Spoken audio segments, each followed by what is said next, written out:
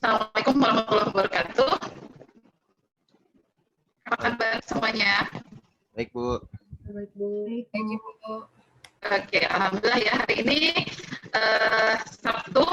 Wah, Sabtu kita siang-siang ya.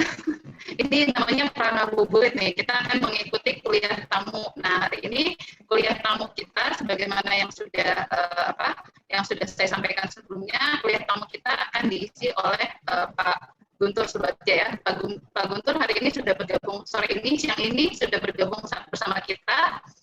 Sedikit lagi beliau akan memperkenalkan langsung dirinya ya. Tapi sebelumnya saya mau kita foto bersama dulu. Ini tapi sebelum itu tolong dibuka kameranya semuanya ya. Yang belum siapa nih? Aljibar, Tigran, Rafli, Raditya, Safar. Ayo dibuka dulu kameranya.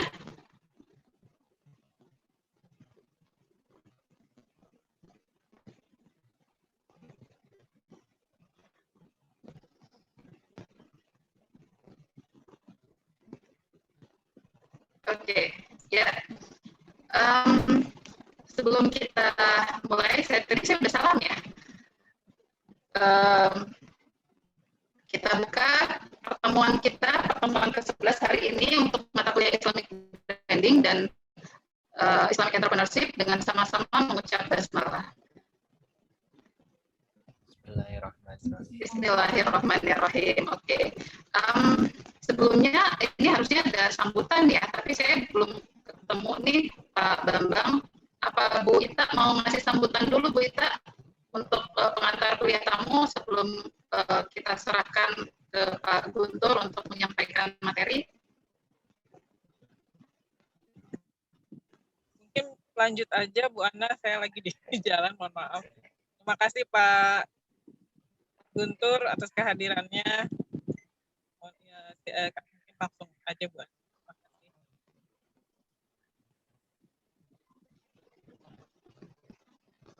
Oke, terima kasih ya Bu Ita. Sebelumnya kita akan foto bersama dulu. Saya serahkan waktunya ke Hijaz untuk memandu kita foto bersama. Mohon maaf, siapa ya? Ini mahasiswa di sini, tolong yang mahasiswa IBS diaktifkan semuanya kameranya ya, dibuka kameranya biar fotonya kelihatan. Biar mukanya kelihatan. Ini ada siapa yang belum buka kamera nih? Ada Aljibar dari tadi nih. Kemudian Rafli, Raditya, Lala. Ayo dibuka sebentar kameranya. Safa. Ya, silakan Hijaz. Oke teman-teman, kita mulai ya untuk sesi foto bersamanya. Yang pertama untuk slide pertama, 3, 2, 1. Oke, lanjut ke slide kedua. 3, 2, 1. Dan slide terakhir ketiga. 3, 2, 1. Oke, terima kasih semua. Oke. Ya, terima kasih Hijaz. Oke, ini karena waktunya cuma 1,5 jam ya. Ini Pak Gunturnya sibuk sekali, jadi tanpa perlu berlama-lama lagi, saya tidak akan memperkenalkan beliau karena beliau akan memperkenalkan dirinya sendiri ya. Silakan, waktu dan tempat saya persilakan pada Pak Guntur. Baik, terima kasih Bu Ana Sardiana, Ibu Puspita dari IBS. Ini pertama terima kasih atas kesempatannya. Saya punya kesempatan untuk sharing dan diskusi dengan mahasiswa-mahasiswa IBS untuk mata kuliah Islamic Branding dan Islamic Entrepreneurship yang diampu oleh Bu Ana ini ya, Bu Ana Sardiana. Bu Ana ini kawan saya di Pasca UI ini. Beliau memang aktifnya mengajar, sementara saya lebih banyak aktivitas di luar ya Mbak Ana ya. Gitu. Saya kebetulan saat ini menjabat sebagai asisten staf khusus wakil presiden di bidang ekonomi dan keuangan. dan kebetulan juga di kampus di UI mengelola atau memimpin satu lembaga kajian, Center for Strategic Policy Studies, CSPS. Aktivitas lainnya kebetulan basicnya memang wira swasta. Nah, ini ada profilnya ya, sudah di ini, silakan dibaca sendiri lah. Oke, jadi perkenalannya itu saya kira nanti mungkin ada sesi materi yang ingin saya sampaikan dan sharing sebagaimana permintaan dari IBS terkait dengan Islamic branding. Baik, ini saya melihat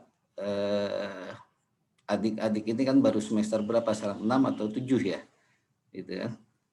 Ini sangat menarik ketika adik-adik sudah 7 ya, semester 7. Sangat menarik ketika adik-adik sudah memulai memahami bukan hanya sekedar ilmu-ilmu teori, tapi mungkin sifatnya praktis dan juga ada hal-hal yang bersifat lebih ke tren yang berkembang saat ini yang akan saya sharing antara lain. Saya mungkin sambil share ya materinya, karena waktu kita juga tidak panjang. Kedua juga tentu kita berharap nanti bisa ada dialog, diskusi, sehingga adik-adik bisa menyampaikan beberapa pemikirannya, sharing, ataupun ada pertanyaan-pertanyaan yang terkait dengan Islamic branding, personal branding, dan juga bagaimana Islamic business bisa berkembang dengan baik, sebagaimana yang menjadi concern adik-adik semua dalam mata kuliah yang diberikan Ibu Ana ini. Oke, saya bisa share ya, Bu Ana ya di sini ya. Silakan Pak Guntur. Oke, suaranya semoga juga baik ya, diterima di sana. Oke, saya pertama akan menyampaikan tren yang sedang terjadi di dunia, yang tidak hanya terkait dengan negara-negara Islam, di mana beberapa negara sekarang sudah mulai dan banyak yang mengembangkan ekonomi Islam ya, mengembangkan bisnis Islami, karena ini materinya juga tentang Islamic business ya. Itu tentu adik-adik perlu juga mengetahui bagaimana sih yang tren terjadi saat ini. Pertama adalah ini ada data dari Global Islamic Economic Indicator Ranking ya, yang diterbitkan oleh Standard Charter dari Dubai. Berapa banyak penduduk Muslim saat ini? Itu adalah sekitar 1,8 miliar ya. Dan mereka memiliki kapasitas belanja yang sangat besar. Ini mencapai per tahun belanjanya itu mencapai 2,2 triliun US dollar. Angka yang sangat bagus, angka yang sangat besar, angka yang sangat potensial buat bisnis ya, buat peluang usaha, dan kita harus memanfaatkan ini. Pertumbuhan rata-ratanya sekitar 5,2%, jauh lebih tinggi daripada pertumbuhan rata-rata secara global, secara umum, gitu. Yang rata-rata di 3%.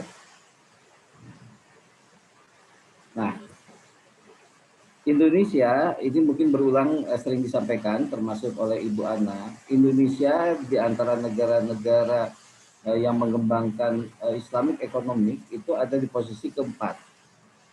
Angka ini sebenarnya termasuk yang cukup baik dibandingkan beberapa waktu sebelumnya, tetapi kalau kita melihat potensinya, mestinya Indonesia adalah yang terbesar, yang tertinggi. Karena apa? Karena Indonesia merupakan negara penduduk Muslim terbesar. Jadi di seluruh dunia ini adalah penduduk Muslim terbesar adalah bukan negara Timur Tengah, tetapi adalah negara Indonesia. Beberapa negara Timur Tengah digabung, baru mungkin bisa menyamai Indonesia. Nah, yang menarik ini nanti lari masuk ke branding ya. Di satu sisi negara-negara Muslim jumlahnya cukup banyak, itu hampir sepertiga dari penduduk dunia ya, dan Indonesia merupakan negara terbesar pertama ya, negara Muslim terbesar pertama di dunia. Tapi kalau kita melihat produk-produk halal, khususnya makanan halal, ya, halal food yang sekarang dikonsumsi oleh dunia, ini ada gambar ya di kiri warna biru, di kanan warna merah, gitu. Kita lihat ke kiri, tidak ada satupun negara Muslim yang menjadi eksportir produk halal. Itu kan. Di sini produsen produk halal, khususnya halal food ya, yang terbesar itu adalah Brazil. Ini yang nggak banyak diketahui, Brasil negara di Amerika Latin menjadi eksportir makanan halal terbesar di dunia. Yang kedua siapa? Yang kedua itu adalah Amerika Serikat. Negara yang selama ini kita kenal dengan industri keuangannya dan industri teknologi, ternyata mereka juga adalah produsen makanan halal terbesar kedua. Nah, yang ketiga adalah India. India dikenal sebagai memang produsen pangan yang cukup besar dan dia juga masuk ke industri halal, khususnya makanan halal. Dan yang keempat adalah Rusia. Rusia penduduk muslimnya sekitar 20%, tetapi mereka adalah eksportir makanan halal terbesar keempat di dunia. Dan yang kelima adalah Argentina, yang selama ini kita kenal dengan sepak bolanya, ternyata mereka adalah produsen juga makanan-makanan halal di dunia. Nah, ini nih tantangannya di kita. Tapi kalau kita tanya siapa konsumennya adalah negara-negara muslim. Konsumen terbesar produk halal, khususnya makanan halal, itu adalah Saudi Arabia. Dan ironisnya Indonesia menjadi konsumen terbesar kedua untuk makanan halal. Makanan halal itu kan nasi, beras, ayam gitu ya. Kemudian semua konsumsi itu sebetulnya bisa distandarisasi menjadi halal.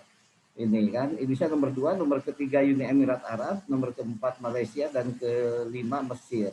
Nah, kalau kita melihat ini sebenarnya sangat ironis. Kalau Saudi Arabia kita maklumi karena ada keterbatasan sumber daya alam, sehingga mereka ketergantungan pada produk luar sangat tinggi. Nah, sementara Indonesia semuanya ada di sini. Tapi kenapa kita menjadi konsumen produk halal kedua? Pertanyaannya ada dua. Satu, apakah betul karena memang Indonesia tidak banyak memproduksi makanan-makanan halal?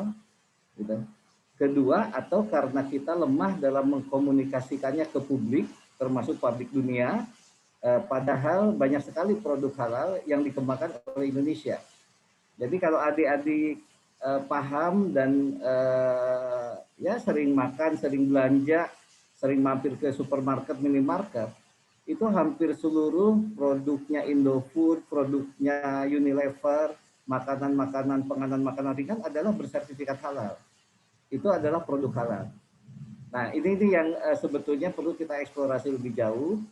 Bisa jadi satu karena memang makanan-makanan yang diproduksi di Indonesia tidak banyak disertifikasi halal sehingga tidak terekod dalam hasil survei ini sebagai produk halal. Kedua adalah bisa jadi kita sudah banyak produk-produk halal, khususnya yang diproduksi oleh perusahaan-perusahaan besar ya. Saat ini yang concern terhadap sertifikasi halal itu adalah perusahaan besar, perusahaan-perusahaan multinasional. Seperti tadi saya bilang, itu ada Indofood, ada Unilever, ada Cargill, ada macam-macam lah. Coca-Cola dan lain-lain itu sudah mensertifikasi produknya menjadi halal. Bahkan kalau biasa ngopi di Starbucks itu sudah bersertifikat halal. Sementara kopi-kopi yang kita kembangkan oleh UMKM umumnya belum bersertifikat halal. Nah, disinilah fungsi nanti branding atau komunikasi yang kita butuhkan, bagaimana kita mendorong produk-produk Indonesia menjadi produk yang unggul di dunia dan kita mewarnai produk-produk halal di dunia. Nah, karena materi ini adalah tentang Islamic business, Islamic entrepreneurship, saya memberikan definisi yang sangat simpel ya terkait dengan apa sih bedanya bisnis Islami dengan bisnis pada umumnya. Apakah bisnis Islami ini harus ditulis dengan bahasa Arab gitu kan? Atau harus hanya menjual produk-produk yang ada di Timur Tengah, atau hanya produk-produk yang mensiratkan sebagai simbol Muslim.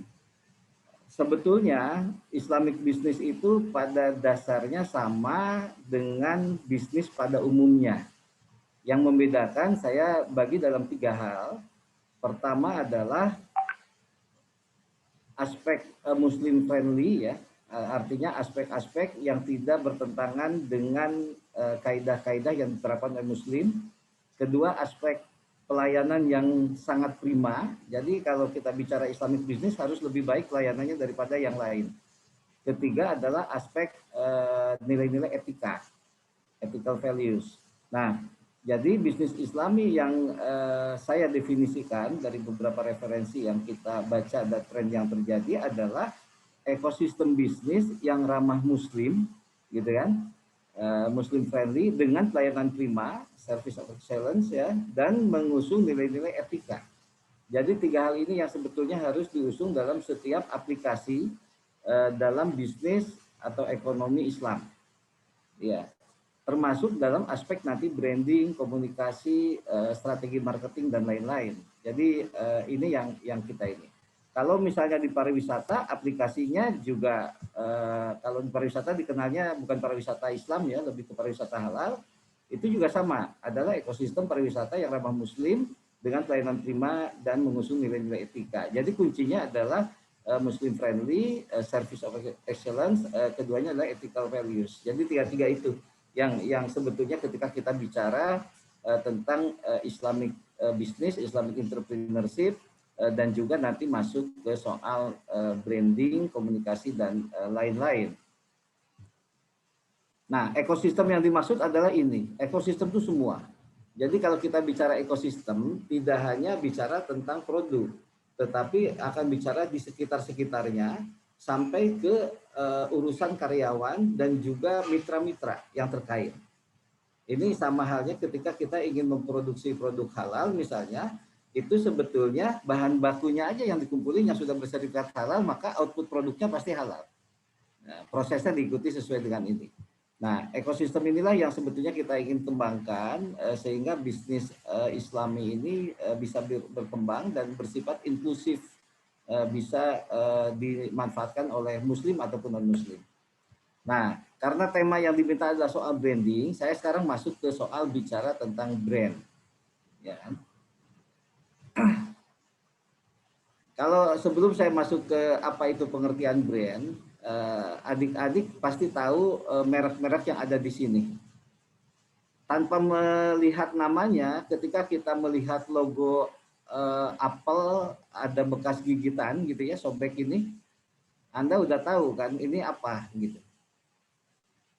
Orang langsung menyebut itu Apple. Apple adalah brand ternama di bidang teknologi khususnya di mobile telecommunication, mobile phone. Nah, tanpa ditulis misalnya di sini ada Apple.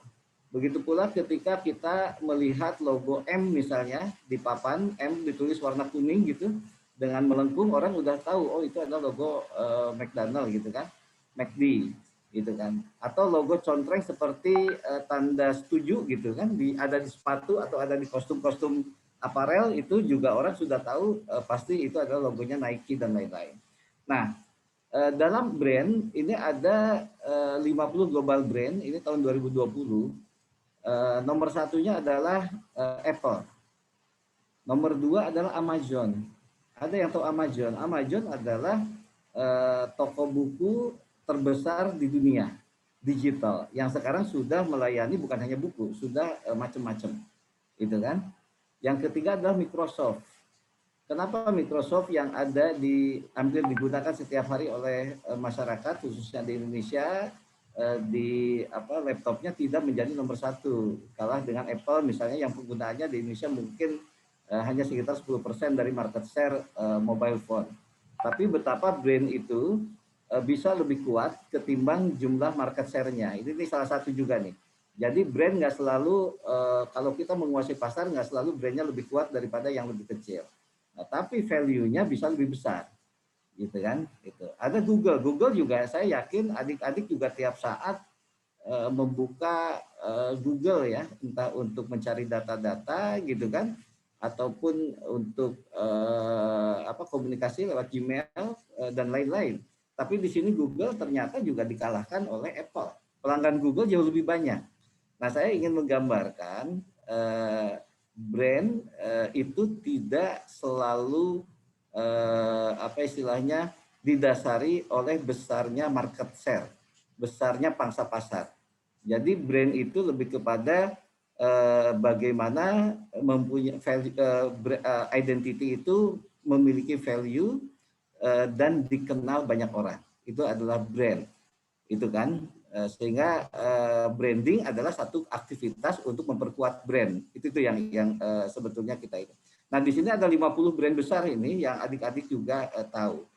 Kalau sekarang misalnya kalau ditanya kita televisi apa yang suka yang paling dikenal, mungkin adik-adik akan menjawabnya Netflix misalnya. Nah, itu adalah brand yang mereka bangun.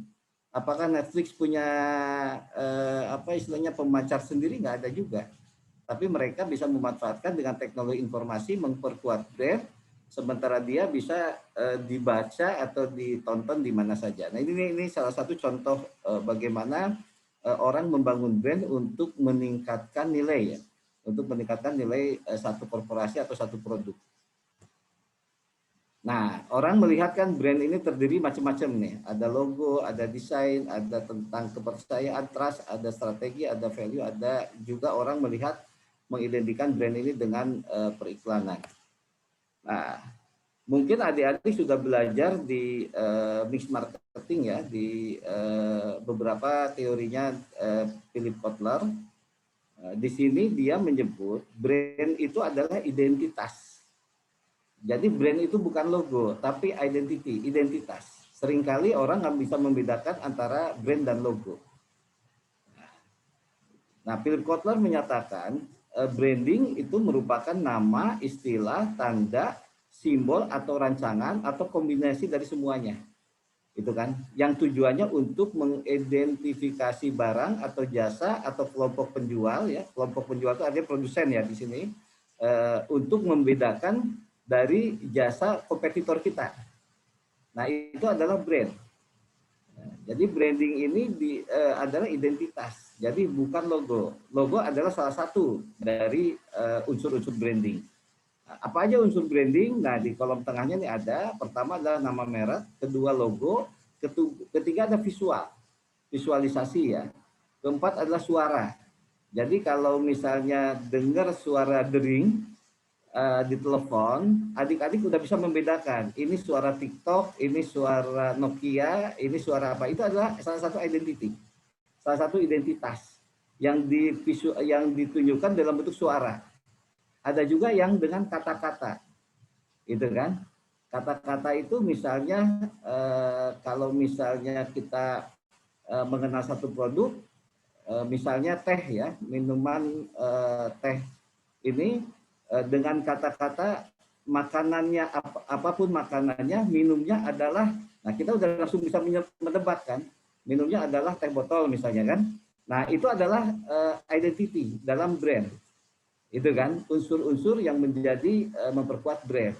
Jadi nggak besar soal logo. Kemudian ada ikon dan juga banyak hal lainnya. Nah, untuk melakukan branding, nah ini ada dua branding itu. Kita harus punya dua sisi. Satu yang sifatnya tangible, yaitu adalah yang secara fisik bisa dilihat. Kedua adalah intangible. Sesuatu tidak bisa terlihat tetapi bisa dirasakan. Itu yang sifatnya seperti kualitas produk atau jasa ya, atau pelayanan. Itu adalah hal-hal yang intangible. Sementara yang sifatnya bentuknya fisik bisa divisualkan, itu adalah tangible. Nah, di brand itu ada dua. Jadi unsur-unsur yang mempengaruhi kekuatan sebuah merek adalah apa yang Anda lihat, tangible, dan apa yang Anda dengar atau rasakan, intangible. Nah, ini yang harus dipahami ketika kita bicara terkait dengan branding. Nah, untuk membangun brand, apa aja sih unsur-unsur yang ada di dalamnya? Pertama, kalau di korporasi ataupun di identitas lainnya, lembaga atau pendidikan, kita harus punya positioning. Jadi positioning kita yang harus ditetapkan terlebih dahulu. Kedua, kita harus punya elemen-elemen brand, gitu kan? Elemen brand itu yang tadi itu, logo, kemudian tagline, dan lain-lain. Ketiga adalah asosiasi terhadap brand itu sendiri di masyarakat, di publik, di konsumen. Jadi kita harus punya persepsi mau diasosiasikan apa brand ini, gitu kan? Bisa orang membangun brand, tujuan asosiasinya di persepsi masyarakat adalah ini adalah satu produk yang menyehatkan misalnya. Nah itu adalah asosiasi. Kemudian kita harus menentukan istilahnya touch point. Jadi titik sentuhnya apa. Jadi kalau di komunikasi itu sebetulnya ada sesuatu yang harus kita munculkan kira-kira apa. Kemudian persepsi publik yang ingin dibentuk seperti apa. Gitu kan? Kemudian value-nya apa. Jadi unsur-unsur brand ini ada 6.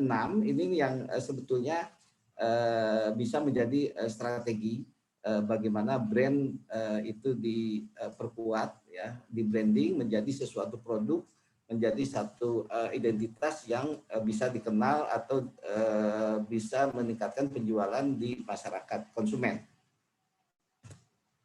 Nah, sementara strategi untuk membangun brand itu ada di sini ada 5 ya yang bisa dilakukan. Pertama, kita harus melakukan riset dasar. Jadi kita ketika kita membangun brand, misalnya kita mempunyai satu toko atau satu kedai kopi, kita harus melakukan riset terlebih dahulu. Kira-kira segmen pasar yang ditargetkan oleh kita ini apa, siapa, dan bagaimana.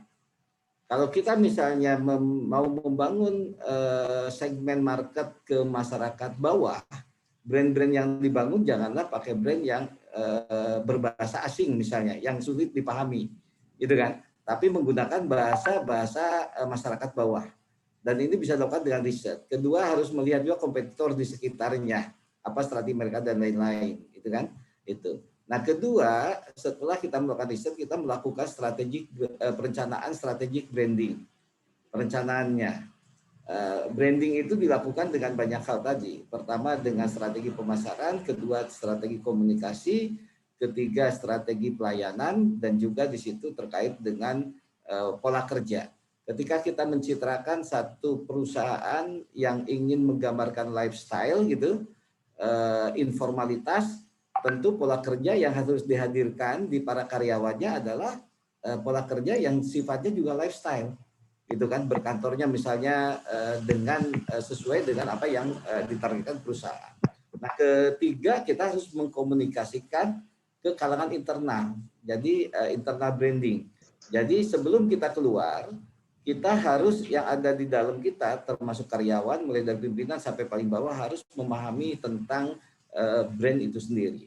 Kemudian external branding, dan hasilnya adalah kita analisis dan audit apakah yang dilakukan ini betul nggak efektif untuk misalnya meningkatkan penjualan, untuk memperkuat brand, atau meningkatkan value, meningkatkan nilai dari korporasi itu sendiri. Nah, karena diminta tadi setelah Islamic branding, sebenarnya Islamic branding itu sama dengan strategi branding yang dilakukan pada umumnya. Yang membedakan 3 faktor tadi. Ini yang membedakannya. Satu, harus Muslim friendly, gitu kan? Ketika kita membranding sesuatu, kita harus harus terkait dengan Muslim friendly, artinya tidak bertentangan dengan aturan-aturan yang ada bagi masyarakat Muslim. Kedua, harus ethical values. Bisa jadi tidak bertentangan dengan aturan yang ada, tetapi tidak etis. Nah, untuk branding Islamic product ini harus mengusung ini, nilai-nilai etika. Dan yang lainnya adalah pelayanan kepada masyarakat. Pelayanan pada masyarakat yang memuaskan, pelayanan kepada konsumen. Jadi layanan yang sangat memuaskan, customer satisfaction. Nah, ini yang sebetulnya value tadi. Jadi 3 hal ini yang harus diinikan. Nah, secara substansi konten dan kemasan, di sini ada beberapa prinsip Islamic branding. Pertama adalah dalam Islam Allah menghalalkan jual beli dan mengharapkan riba. Artinya ketika kita membranding sesuatu, kita tidak boleh memunculkan unsur-unsur yang sifatnya riba. Itu kan. Kedua, orang bertransaksi harus jujur dan terbuka. Nah, ketika kita melakukan branding yang Islami, tidak boleh kita melakukan hal-hal yang tidak jujur. Misalnya, produk kita isinya 250 liter gitu ya, satu kemasan mililiter, misalnya minuman dalam kemasan. Terus kita menyampaikannya beratnya 300 ml, itu tidak bisa. Atau produk kita dibuat dari bahan-bahan kimia, kita menyebutnya sebagai bahan organik. Nah, ini kejujuran itu penting dan terbuka. Jadi kita harus sampaikan. Makanya kan ada hadisnya dalam ini Rasulullah kalau bertransaksi, berdagang itu disampaikan. Misalnya kalau jual binatang, jual hewan, misalnya disampaikan kupingnya kalau cacat disampaikan cacat, kakinya pincang disampaikan pincang.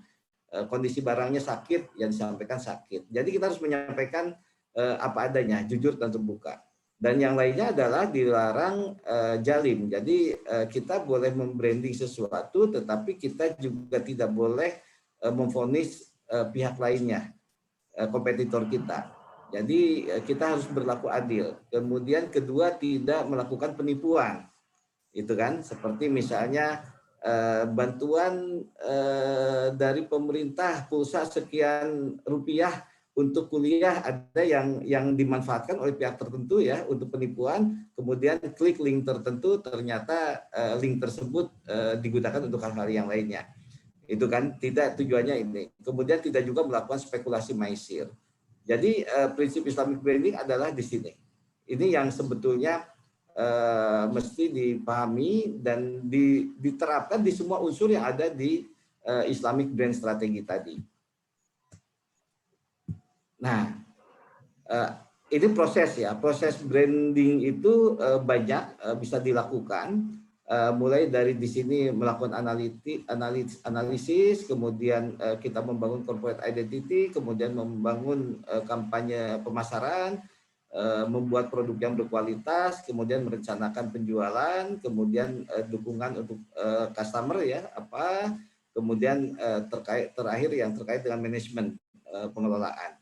Jadi ini proses yang tentu proses itu tergantung kepada produk atau jasa yang kita branding, itu kan? Ini prosesnya bisa lebih panjang, bisa lebih pendek.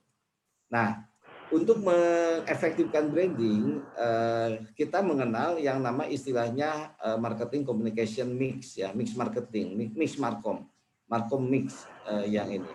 Apa saja yang dilakukan untuk memperkuat branding, baik itu sifatnya korporasi ataupun personal branding. Pertama, yang paling harus dilakukan dan dikerjakan secara ini adalah kegiatan-kegiatan yang sifatnya kegiatan public relation. Itu kan. Kedua adalah personal selling. Ada beberapa hal yang dilakukan secara penjualan langsung yang justru itu memperkuat brand. Misalnya di industri asuransi mereka jarang beriklan, tetapi mereka lebih banyak melakukan personal selling. Karena apa? Karena harus ada pendekatan yang sifatnya personal sehingga orang yakin untuk ikut dalam produk-produk misalnya asuransi. Kemudian melakukan promosi, kemudian melakukan event, dan kemudian juga yang utama sekarang di era digitalisasi adalah melakukan digital marketing. Bisa juga kita melakukan advertising. Jadi 6 hal ini yang bisa dilakukan untuk memperkuat brand tadi. Nah, dalam mengkomunikasikan brand, tujuan kita adalah kalau kita bicara di korporasi, adalah kita bisa mempengaruhi konsumen. Pertama, untuk menjadikan brand sebagai top of mind ya, artinya di benak mereka brand kita selalu diingat. Tapi di sisi lain kita harus mengarah bagaimana bisa meningkatkan penjualan. Di level kalau ini ada teori AIDA ya, AIDA ini teori komunikasi dan teori pemasaran, ini banyak digunakan di marketing. Pertama kita harus melakukan sesuatu yang bisa mengundang perhatian calon konsumen kita, attention ya. Kemudian bisa melahirkan minat, interest, itu kan, interest. Itu interest ini kan dibangun oleh konten atau oleh strategi komunikasi sehingga orang terpengaruh untuk setidaknya mereka sudah berkeinginan, minat, itu kan. Kemudian arah berikutnya adalah bagaimana bisa menimbulkan hasrat. Ini satu level di atas minat. Kalau hanya sekedar minat, orang hanya ini tanpa ini. Kalau desire ini lebih kepada bagaimana kita ingin memiliki hal tersebut.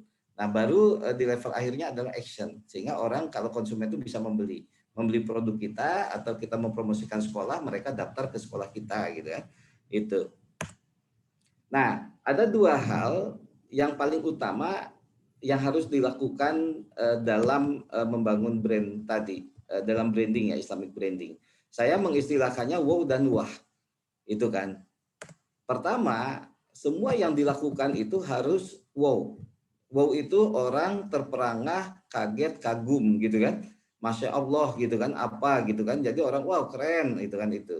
Nah, yang gini-gini harus dibangun oleh apa? Pertama, ketika kita branding kita harus mengetahui apa sih inovasi produk kita. Ini yang ditonjolkan. Itu kan. Kedua adalah soal kualitas pelayanan. Kita harus tunjukkan pelayanan yang terbaik. Ketiga adalah soal kredibilitas. Bahwa produsennya atau perusahaan kita ini adalah perusahaan yang kredibel, yang mampu menghadirkan produk dan memberikan layanan terbaik untuk konsumennya. Itu kan. Nah, hasil dari branding itu harus membuat seseorang itu menjadi wah gitu ya. Jadi wah itu adalah orang seakan-akan ya kekaguman. Wah gitu kan. Waduh, ternyata indah sekali. Wah, luar biasa gitu kan. Nah, ini harus dibangun oleh tiga hal. Pertama, bagaimana kita membangun reputasi sehingga produk dan korporasi yang dibangun ini mempunyai reputasi yang baik. Kedua, yang tadi saya sampaikan, bagaimana kita bisa memperkuat brandnya menjadi top of mind. Itu kan. Ketika kita bertanya misalnya, coba kamu sebutkan hotel ternama di Jakarta. Nah, orang yang brandnya kuat, orang konsumen atau audiens yang ditanya akan langsung menyebutkan itu. Atau Anda coba sebutkan minuman dalam kemasan. Pasti yang dijawab pertama adalah Aqua gitu. Karena apa? Aqua sudah menjadi top of mind. Bahkan ketika kita beli merek lain pun kita menyebutnya Aqua, padahal mereknya Prima, mereknya Le Mineral, mereknya lain-lain. Itu kan. Nah, inilah yang disebut top of mind gitu kan. Itu bahkan di beberapa daerah dulu di Bandung, kalau saya di Bandung angkutan kota walaupun mereknya apa disebutnya Honda. Karena apa? Dulu semua angkot yang ada di Bandung adalah Honda. Atau di beberapa daerah di Jawa ketika bicara sepeda motor itu disebutnya Honda juga, misalnya Honda Yamaha, Honda Suzuki. Karena apa? Ya betapa motor itu udah identik dengan brand tadi misalnya kan itu. Atau ada juga di pipa orang menyebutnya Pralon, pipa plastik ya, padahal Pralon adalah merek. Nah, itu contoh sesuatu yang sudah top of mind ya. Itu. Nah, kemudian kita harus menjadi role model. Jadi apa yang dilakukan kita menjadi benchmark bagi yang lain dan dijadikan contoh sehingga model kita itu akan diingat oleh banyak pihak dan diterapkan oleh banyak pihak, baik itu kompetitor ataupun follower kita. Ini yang harus dibangun brand. Nah, saya ingin menggambarkan situasi saat ini dan sekarang dan ke depan. Kalau selama COVID 1 tahun ini, adik-adik juga mungkin sampai saat ini belum belajar di kelas ya. Semuanya menggunakan daring. Kita menyebutnya sebagai new normal. New normal itu ketika kemarin terjadi baru. Nah, ketika setelah 1 tahun kita tidak lagi bicara new normal, tetapi kita bicara adalah next normal. Bagaimana kenormalan berikutnya. Nah, dalam kenormalan berikutnya terjadi perubahan perilaku konsumen. Sehingga strategi untuk melakukan branding pun termasuk Islamic branding ini tentu harus menyesuaikan dengan perubahan perilaku tadi. Nah, ini dari Deloitte ya, ininya apa surveinya, risetnya. Di sini menunjukkan beberapa perilaku perubahan konsumen, perubahan masyarakat yang terjadi didasarkan pada transformasi digital. Pertama adalah konsumen itu sekarang memilih istilahnya free living. Artinya dia kalau ingin sesuatu tanpa harus dia datang ke satu tempat yang dituju. Misalnya kita ingin makan sate, kita tanpa harus datang ke warung sate, tapi saya bisa makan sate, yaitu dengan proses seperti sekarang, pesan online, kemudian dikirim, makan di mana saja. Ini salah satu. Jadi artinya strategi branding ke depan harus mengarah ke sana. Kedua adalah digital social interaction. Pertemuan-pertemuan sifatnya fisik akan berkurang dan akan lebih banyak menggunakan pertemuan interaksi lewat digital. Nah, ini juga harus menjadi salah satu pertimbangan, salah satu strategi bagaimana kita membangun brand Islamic branding dalam konteks bisnis tadi. Ketiga adalah terjadi virtual economy. Virtual economy ini adalah di situ ada cashless, ada transaksi penjual dengan pembeli tidak bertemu, gitu kan? Itu dan sharing ekonomi. Jadi si penjual tidak perlu punya toko, tapi dia bisa menjual dengan marketplace. Si penjual bisa mengirim barang tanpa harus dia punya kurir sendiri. Ini yang memang sudah terjadi saat ini.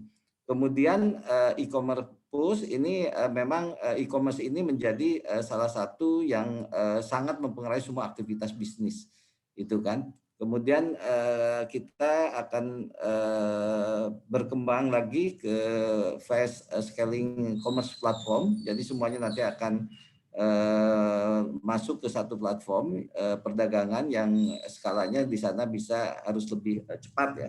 Kemudian yang lainnya streaming. Streaming itu adalah komunikasi dua arah yang bisa dilakukan secara audiovisual.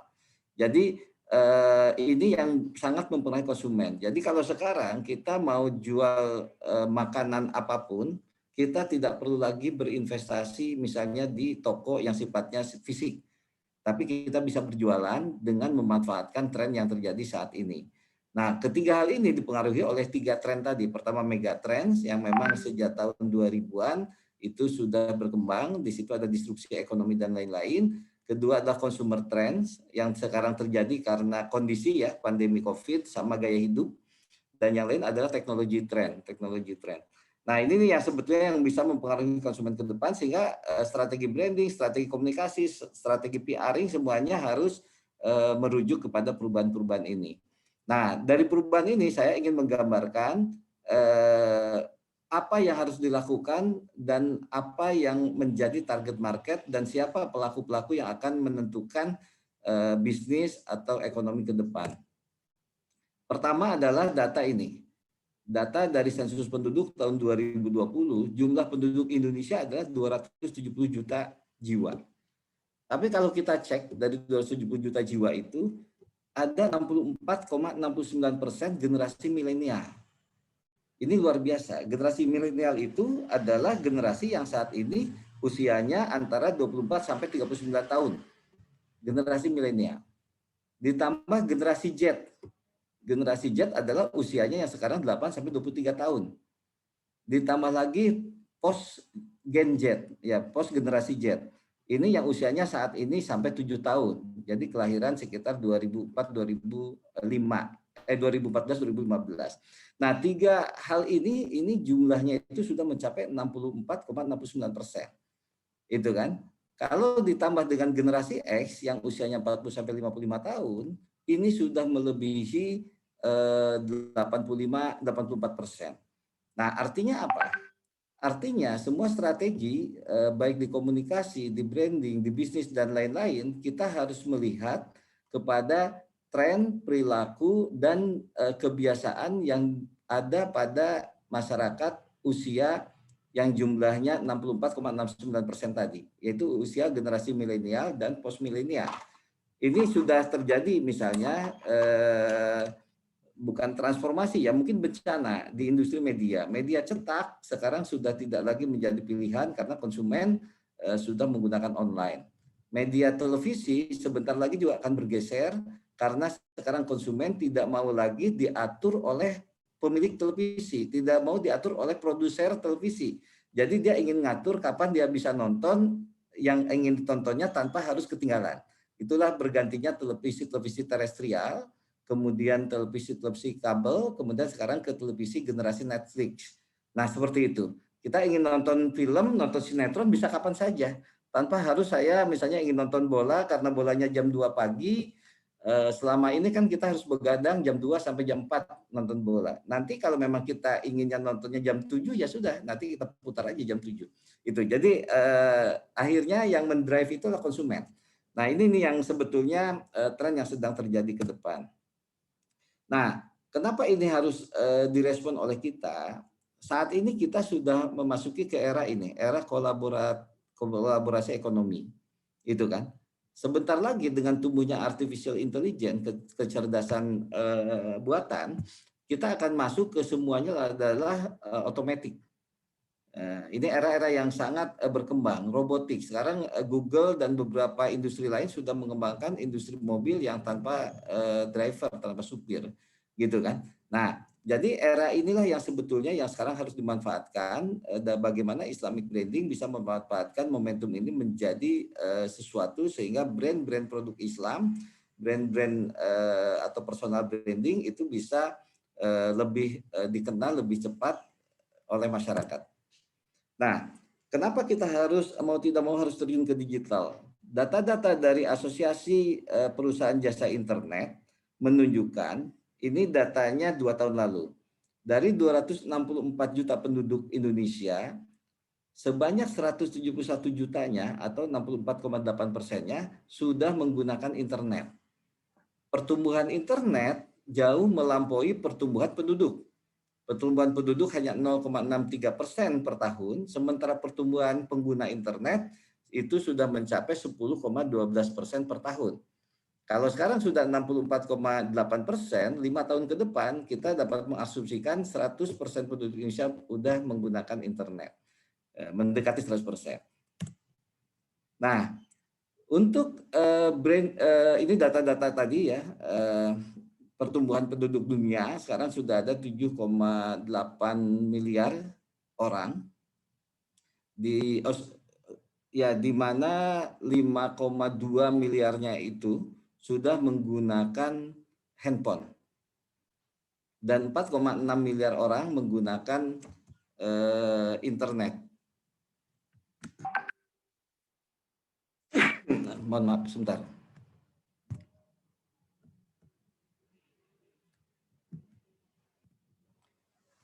Nah, data-data ini sebenarnya ini data-data yang bisa digunakan bagaimana kita untuk melakukan branding tadi. Jadi ternyata ada 4,6 juta orang atau 59,5% dari penduduk dunia sudah menggunakan internet. Artinya branding yang harus kita lakukan harus menggunakan jaringan internet. Nah, ini populasi pengguna internet di dunia ini jauh lebih rendah ketimbang populasi pengguna internet di Indonesia. Di Indonesia tadi mencapai 64%. Artinya apa? Pertumbuhan penggunaan internet di Indonesia ini sangat-sangat besar. Itu. Nah, ke depan strategi branding yang tadi bisa terpecah-pecah nanti harus dilekatkan dalam satu platform, dalam satu aktivitas yang terintegrasi. Gitu kan, tidak lagi dipisah-pisah. Kalau dulu misalnya kita melakukan campaign, melakukan branding produk, branding korporasi, branding jasa gitu kan, di pelaksananya tuh dipisah-pisah, terkotak-kotak. Orang yang berurusan dengan media dia menuliskan public relation, mereka hanya berhubungan dengan media membuat dalam bentuk berita-berita. Orang yang mengurusi iklan, dia hanya fokus mengurusi yang sifatnya hanya iklan. Orang yang mengurusi event hanya membuat event-event saja. Nah, ke depan tidak seperti itu, tetapi harus dalam satu aktivitas yang terintegrasi. Sehingga efektivitas dari sisi tujuan branding itu sendiri akan mudah tercapai. Ini 4.0 era ya sekarang yang saat ini terjadi. Nah, media apa yang paling tepat sekarang untuk digunakan untuk kita manfaatkan untuk melakukan branding? Media-media tradisional tentu masih ada yang eksis, tetapi ini bukan lagi pilihan utama, itu kan. Tapi media yang sifatnya sosial media ini akan menjadi pilihan utama ke depan. Saat ini dan ke depan. Nah, saat ini platform media sosial yang paling banyak digunakan adalah Facebook. Kedua YouTube. YouTube ini sudah luar biasa dan ini juga akan menjadi masa depan televisi ya. sehingga nanti masyarakat tidak perlu lagi menggunakan televisi biasa, tapi dia cukup bisa menonton TV di YouTube setiap saat sesuai dengan keinginannya. Kedua adalah platform WA ya, WhatsApp, ini yang kita gunakan. Sekarang sesuatu diviralkan lewat WhatsApp salah satunya. Kemudian FB Messenger ini juga banyak, kemudian Instagram, dan kemudian TikTok. TikTok sebentar lagi memang akan tumbuh lebih cepat. Jadi media-media ini sangat potensial untuk digunakan sarana untuk melakukan branding. Sekarang seseorang lagunya bisa terkenal tanpa harus dia merekamnya di kaset dan menjualnya ke masyarakat. Tapi dia juga bisa menghasilkan uang. Banyak penyanyi-penyanyi yang terkenal hanya karena YouTube misalnya kan itu. Kita contoh salah satu misalnya yang albumnya Religius punyanya Sabian, kalau kita cek di YouTube, itu penontonnya itu sama dengan jumlah penduduk Indonesia, 240 juta orang. Itu kan viewernya. Ini kan luar biasa. Nah, hal seperti inilah yang sebenarnya bisa dimanfaatkan untuk branding. Seseorang Atta Halilintar, dia ya hanya membuat konten-konten di YouTube, tapi penghasilannya bisa puluhan miliar per bulan karena dia berhasil memperkuat branding dia dan program-programnya, sehingga orang merasa harus menonton itu, dan dari setiap orang yang ditonton itu juga menarik para pemasang iklan, sehingga dia punya penghasilan dari pendapatan iklan yang diperoleh dan berbagai hasil dengan YouTube-nya. Nah, ini nih sebenarnya tren yang terjadi saat ini dan ke depan. Nah, bagaimana digital bisa mengalahkan cara-cara tradisional? Ini contohnya adalah data-data hasil riset dari beberapa platform marketplace. Jadi kalau sekarang, apalagi di era pandemi COVID, berapa banyak sih orang yang datang ke mall? Mungkin jumlahnya nggak banyak. Tapi berapa pengunjung Tokopedia saat ini? Tokopedia pengunjungnya per bulan itu mencapai 140 juta pengunjung, termasuk adik-adik yang berkunjung ke sini. Artinya kalau kita ingin mencapai target market itu, gunakanlah misalnya marketplace untuk mempromosikan dan membranding produk-produk kita. Tidak hanya menjual ya, tapi juga kita bisa membranding itu. Kemudian Shopee ini sudah mencapai 90 juta orang, Bukalapak 89 juta, Lazada 49 juta, Blibli ada 38 juta. Ini adalah jumlah pengunjung. Ini adalah target market.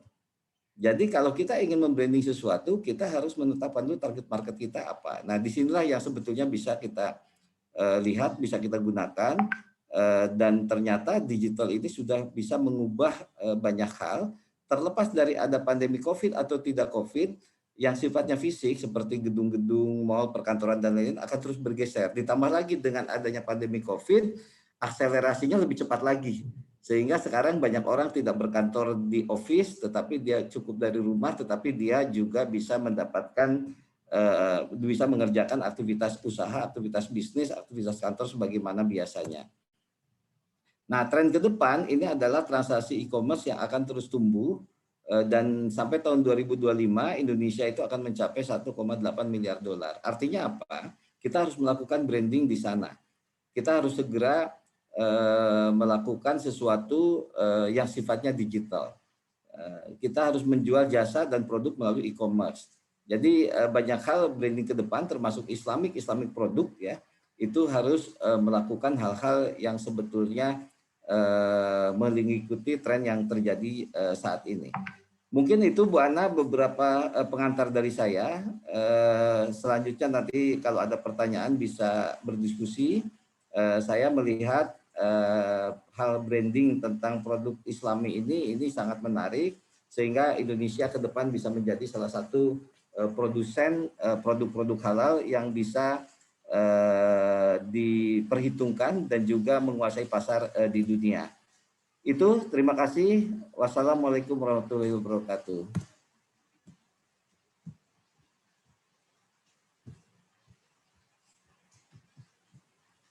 Silakan selanjutnya, atau ada pertanyaan atau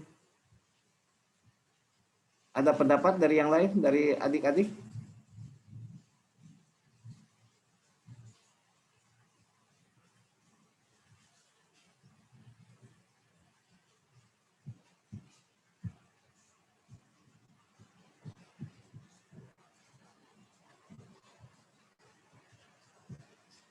Oke. Silakan Mbak Ana. sudah selesai. Ini suaranya nggak keluar nih Pak Guntur. Oh, barusan nggak ada suaranya. Ya, jadi tadi sudah kita selesaikan paparannya, Mbak Ana. Selanjutnya kalau ada pertanyaan atau ada hal-hal yang ingin di-sharing oleh adik-adik kita mungkin, atau Bapak Ibu lain yang hadir di sini. Ya, mohon maaf tadi ada kesalahan teknis sedikit. Yang Mbak Ana di saya putus-putus suaranya. Oke, suaranya putus-putus. Jadi yang lain gimana? Suara saya kedengeran nggak? Suara Ibu putus-putus, Bu. Putus-putus, Bu. Ya, oke. Ini berarti saya mesti ganti jaringan. Boleh sambil lanjut ya dengan tanya jawab. Suara saya udah kedengeran sekarang? Terdengar tapi masih putus-putus, Ibu. Masih putus-putus, Bu.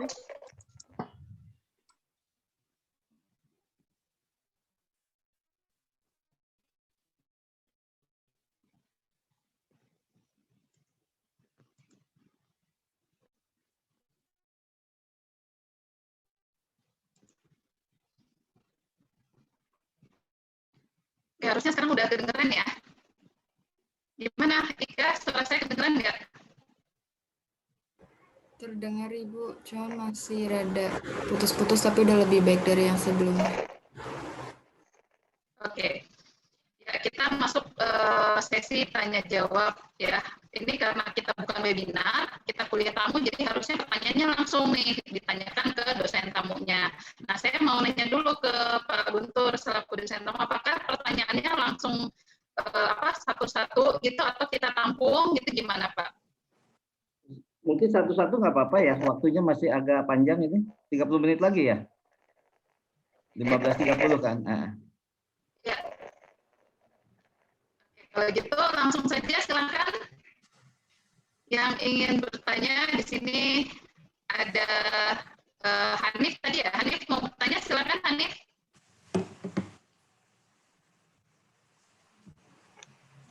Ya Bu, mungkin ini ada Alicia dulu, yang lain dulu Bu.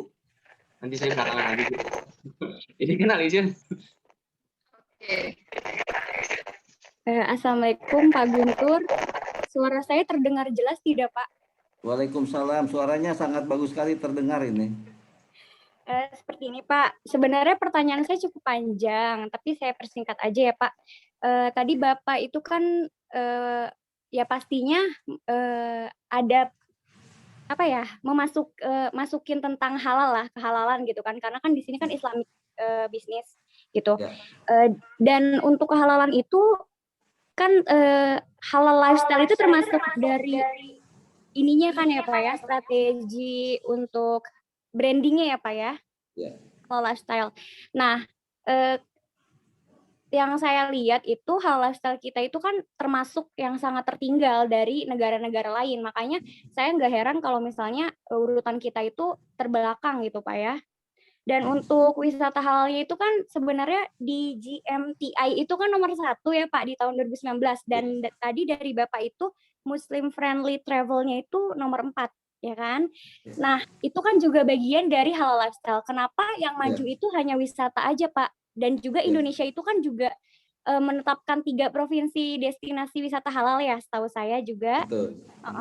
Dan itu menurut saya brandingnya itu sangat bagus di bagian wisata. Tapi kenapa untuk food, halal food ya, kenapa kita cuma jadi konsumen aja Pak gitu. Emang sih saya tahu kita itu kan emang konsumen benar-benar sangat suka mengonsumsi sesuatu gitu kan. Apa halal lifestyle ini mempengaruhi kepada minat kita untuk membeli aja, tapi kita tidak didorong untuk membuat produk gitu Pak, menjadi produsen, hanya sebagai konsumen aja gitu Pak. Sebenarnya strateginya ini agak salah atau memang bagaimana Pak? Gitu Pak.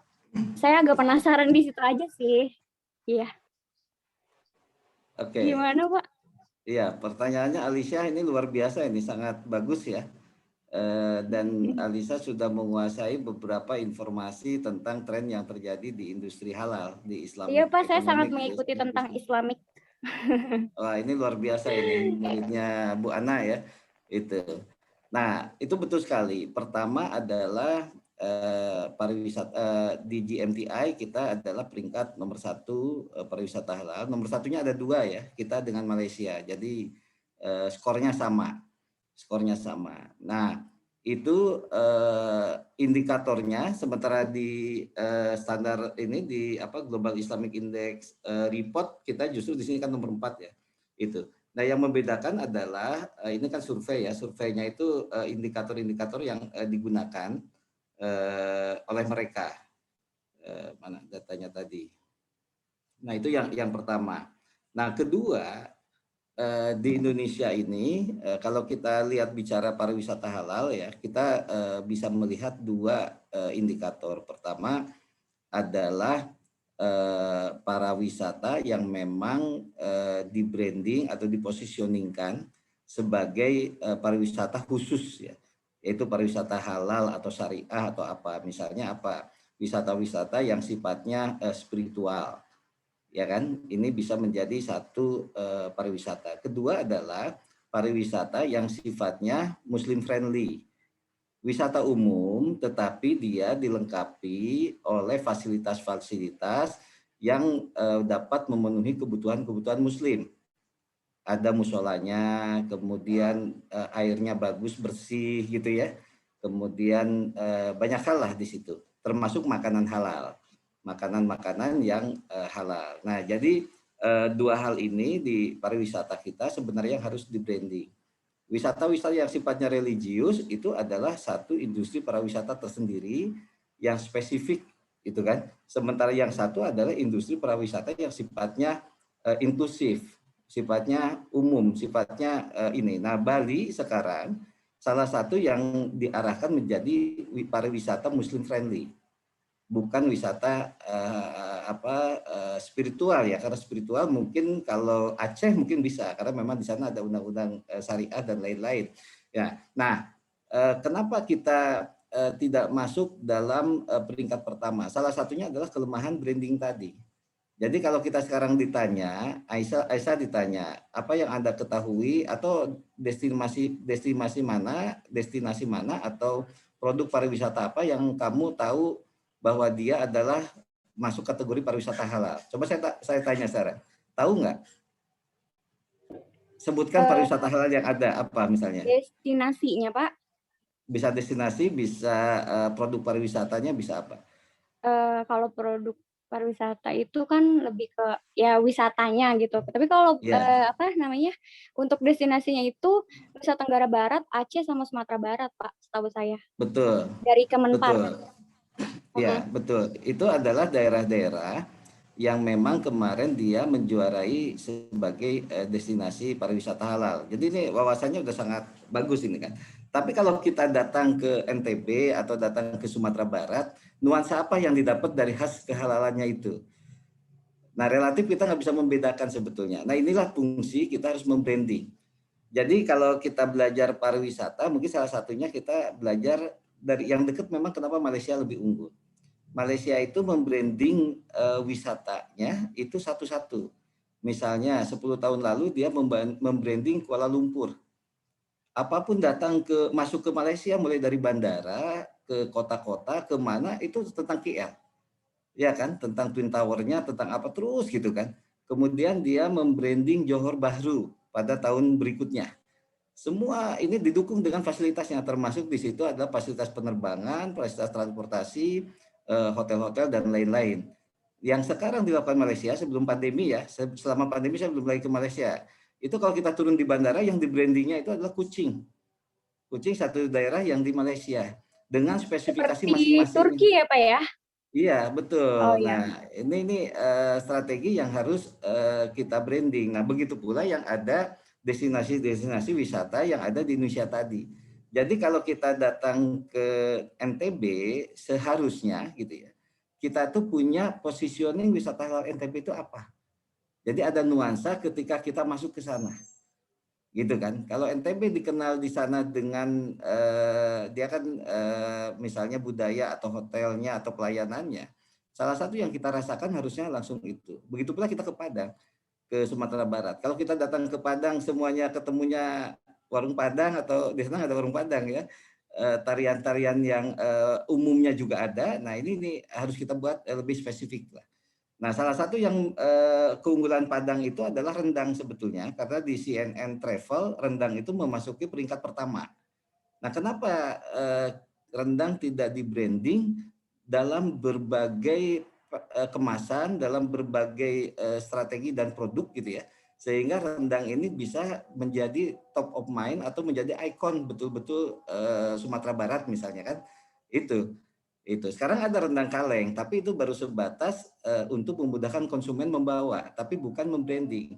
Brand itu tidak harus selalu terkorelasi dengan penjualan seperti tadi. Misalnya pengguna Microsoft jauh lebih banyak daripada iPhone, tapi kenapa iPhone brandnya lebih kuat dan nilai brandnya jauh lebih mahal ketimbang Microsoft. Nah, kayak seperti itu. Jadi di branding itu sangat apa istilahnya sangat spesifik bagaimana itu diperkuat untuk memperkuat nilai. Nah, begitu pula misalnya Aceh. Aceh menjadi destinasi wisata halal kategori budaya kalau nggak salah. Nah, Serambi budaya apa Mekah yang kali ya, Pak? ya? Pak, Serambi Mekah ya, Pak? Ya, Serambi Mekah. Nah, bagaimana supaya orang ketika datang ke Aceh sudah seperti Serambi Mekah? Harusnya kan begitu. Dibuat gitu kan. Kalau Aceh menjadi miniatur Mekah ya dibuatlah Aceh sebagai miniatur Mekah. Itu tergantung positioningnya gitu kan. Nah, jadi pariwisata itu kalau kita bicara pariwisata halal, sebenarnya pariwisata halal itu adalah lebih ke servis tadi, layanan ya, bagaimana bisa ada semua. Tapi ketika kita mengidentifikasi destinasi, kita harus ada sesuatu yang khas yang bisa diidentifikasikan. Kita tidak bisa mencetak misalnya semua daerah dibikin seperti Bali karena nanti tidak akan ada kekhasannya. Kalau sama seperti Bali atau itu orang kan ya udah saya ke Bali aja, toh yang dilihat di sana juga sama seperti di Bali kan gitu. Jadi identifikasi ininya, identiti lokalnya yang harus dikembangkan sehingga punya nilai tersendiri. Saya dulu ketua kompetisi pariwisata halal Kemenpar tahun 2017. Saya ketua OC dan kita memang melihat beberapa selling point di daerah-daerah tersebut, tapi memang masih perlu didorong bagaimana identitasnya itu muncul. Itu beberapa bulan lalu saya 3 kali ke NTB ya, mulai November, Desember, Januari.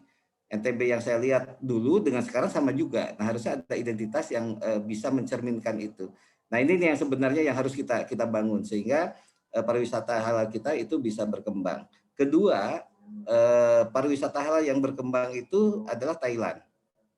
Thailand itu penduduk muslimnya hanya sekitar 5%, tetapi mereka itu sangat mudah kita mendapatkan misalnya fasilitas-fasilitas termasuk makanan halal. Itu kan. Jadi di Thailand tuh termasuk makanan halal sangat mudah didapatkan mulai dari Bangkok bahkan ke Pattaya. Pattaya ini kan daerah wisata yang dulu dikenal dengan wisata lebih ke entertain aja. Sekarang ada nilai-nilai. Nah, kenapa mereka mengembangkan pariwisata halal walaupun mereka tidak memiliki penduduk mayoritas Islam? Karena mereka melihat kalau orang datang ke Pattaya dulu sebatas orang-orang yang ingin menikmati gaya hidup dan hiburan saja. Hiburan malam, hiburan apa di sana ada semua, gitu kan? Itu. Tapi ada segmen market lain yang dia harus bidik, segmen keluarga. Makanya pariwisata ramah muslim itu adalah pariwisata yang sangat ramah terhadap segmen keluarga dan itu bersifat inklusif. Baik itu keluarga muslim ataupun bukan. Nah, satu lagi yang juga menarik adalah di Bali itu ada hotel namanya Hotel Radana. Hotel Radana itu adalah Muslim friendly hotel ya, family friendly hotel yang juga dapat juara dunia. Tapi di sana hotelnya itu dapurnya sudah bersertifikat halal, pelayanannya juga syariah gitu ya, Islami, bersertifikat dari MUI. Tetapi konsumennya 70% itu adalah bule, orang-orang non-muslim. Nah ini nih hal-hal yang menarik. Jadi pariwisata halal yang dimaksud harus seperti itu sebetulnya. Jadi ada nuansa yang membuat orang ingin punya experience baru dan orang merasa lebih nyaman dan aman di pariwisata itu. Itu ya Alicia. Tadi apa lagi ya? Satu lagi. Ini Pak, timbul dari pemaparan Bapak tadi kan. Sebenarnya kan wisata halal itu juga menyajikan halal food ya Pak, ya Ya. kan? Oh ya, Mereka itu ya. terikat ya kan. Yang halal, ya. Kenapa halal foodnya nggak muncul ya? Iya, kenapa kita jadi konsumer aja gitu Pak? Kenapa jadi konsumen Iya. aja? Sedangkan kan sebenarnya potensinya besar untuk kita jadi produsen ya Pak. Iya. Ya karena Ya. kan wisata itu kan termasuk kita jadi produsen juga dong, menyajikan mereka gitu. Kenapa kita di Iya. posisinya konsumen? Saya bingung aja gitu. Iya, itu betul sekali. Jadi pertama, makanya tadi di awal saya sampaikan ada dua hal. Pertama adalah bisa jadi karena memang produksi bersertifikat halal kita tidak terkomunikasikan dengan baik. Itu. Jadi kalau kita lihat Indofood ya, Indofood itu memproduksi misalnya Indomie, itu kan sudah bersertifikat halal. Tapi kenapa di kita itu nggak disebut sebagai produk halal? Itu harusnya kan itu produk halal, jadi harus dikategorikan itu adalah produk halal, itu kan? Sehingga Indofood itu menguasai market di Asia ya, mie instannya itu sama di Timur Tengah dan Afrika Utara. Jadi mie instan yang sering kita konsumsi itu juga menguasai pasar di sana dan seluruhnya bersertifikat halal, itu kan? Itu. Nah harusnya ini masuk kategori sebagai makanan halal, itu. Nah bisa jadi faktor-faktor seperti inilah yang kan kita selalu terlalu membatasi sempit ya. Ketika kita bicara produk halal, makanan halal harus diproduksi oleh identitas atau yang harus mengistilahkan syariah atau halal. Padahal semua produk consumer good yang diproduksi oleh Indofood yang dijual di Indonesia umumnya sudah bersertifikat halal. Nah ini harusnya dikategorikan sebagai produk halal. Kedua, produk-produk Unilever juga sama. Kita jajan ngopi di Starbucks juga sudah bersertifikat halal. Kita makan di KFC juga sudah bersertifikat halal. Nah ini kan oleh kita tidak dikategorikan sebagai produk halal, itu kan? Nah jadi apa? Nah disinilah fungsi branding. Jadi bagaimana kita bisa membranding ke publik, ke dunia, bahwa di Indonesia ini semua perusahaan besar yang memproduksi consumer good sudah mensertifikasi makanan halalnya dengan sertifikat halal. Saya nggak tahu produk-produk konsumsi yang diproduksi perusahaan besar yang tidak bersertifikat. Umumnya mereka bersertifikat karena apa? Mereka membidik market yang lebih luas dan mereka menganggap halal itu sebagai nilai tambah. Nilai tambah. Karena apa? Ketika ada sertifikat halal bisa dikonsumsi oleh masyarakat muslim dan juga masyarakat non-muslim. Ini nih yang sebetulnya ini.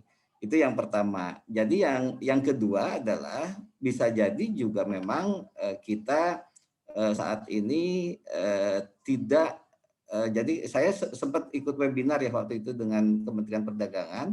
Memang kita tidak pernah tidak ada kategorisasi misalnya di ekspor khusus produk halal. Ada kategorisasinya itu cuma produk-produk sesuai jenisnya atau skalanya UMKM atau lain-lain. Nah, artinya harus ada satu item tambahan, ini produk UMKM plus halal gitu kan. Ini produk usaha besar tapi ada plusnya gitu kan itu. Oh, mungkin Nah, itu yang mempengaruhi ya, Pak. Iya, karena survei yang ini kan mempengaruhi eksportir kita rendah. Ya. Betul. Jadi saya yakin semestinya Indonesia termasuk dalam 5 besar eksportir produk halal tersebut. Kalau seandainya kita memang bisa mengungkapkan data-data yang bisa diakses oleh lembaga-lembaga riset ya, termasuk yang melakukan survei tersebut. Jadi yang sampaikan Aisyah itu betul sekali ya Alisa, ini luar biasa wawasan dan pemahaman tentang halalnya, walaupun baru semester 7 ini kan. Saya baru semester 4, Pak. Apalagi semester 4 gitu kan. Gitu. Terakhir lagi Pak, boleh nggak Bu? Terakhir aja Bu. Ya boleh. Ya, saya pernah baca Pak, kalau sertifikat. Iya Ibu. Saya pernah baca sertifikat halal Indonesia itu belum diterima internasional Pak, gitu. Apa itu benar Pak? Saya belum tahu untuk validnya gitu Pak. Dan kalaupun iya, mungkin itu yang mempengaruhi kita sulit branding halal food kita mungkin ya. Atau jadi gimana? kalau bicara halal itu benchmarknya itu justru ke Indonesia. Jadi Thailand itu beberapa sertifikasi halalnya itu dari MUI dan mitra-mitra Indonesia, mitra-mitra mereka ya, itu bekerja sama dengan MUI. Kemudian Australia juga sama. Jadi Australia ini hampir seluruh dagingnya bersertifikat halal. Daging sapi yang diimpor ke kita itu sudah pasti bersertifikat halal. Nah, di luar itu sebelum pandemi saya dikabari kawan saya di sana, di supermarket mereka justru menjual daging dengan sertifikat halal untuk konsumen Australia karena mereka meyakini halal itu pasti sehat gitu kan. Itu. Nah, tapi yang menjadi benchmark MUI ini, sertifikat MUI saat ini, LPPOM MUI menjadi benchmark di banyak negara dan banyak kerjasama. Yang kelemahan di kita itu soal branding tadi. Kita tidak membranding bahwa kompetensi lembaga audit halal Indonesia ini sangat lebih baik. Sehingga kita kalah, terutama ya kita kalah branding oleh Malaysia. Itu kan. Itu sebetulnya yang paling dekat dengan kita itu Malaysia yang kuat melakukan branding, kampanye dan promosi besar-besaran terkait dengan positioningnya. Padahal yang ada di Malaysia semuanya ada di Indonesia juga gitu kan. Itu. Oke, itu ya Alicia ya. Iya Pak, terima kasih banyak Pak Guntur Subagya Mahardika. Terima kasih Ya. Bapak. Ya, silakan yang lain. Mbak Ana masih ada waktu ya. Oke, sekarang yang lain masih ada waktu. Ayo, siapa? Ini tadi siapa ya? Tigran, mana Tigran?